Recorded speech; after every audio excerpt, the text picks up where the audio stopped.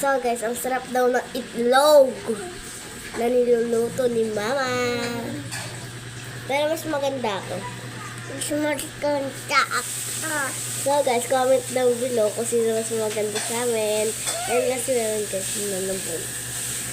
Pero mas maganda sa kanya.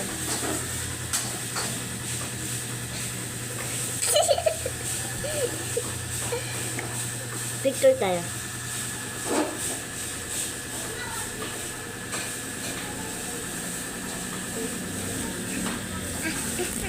Ano?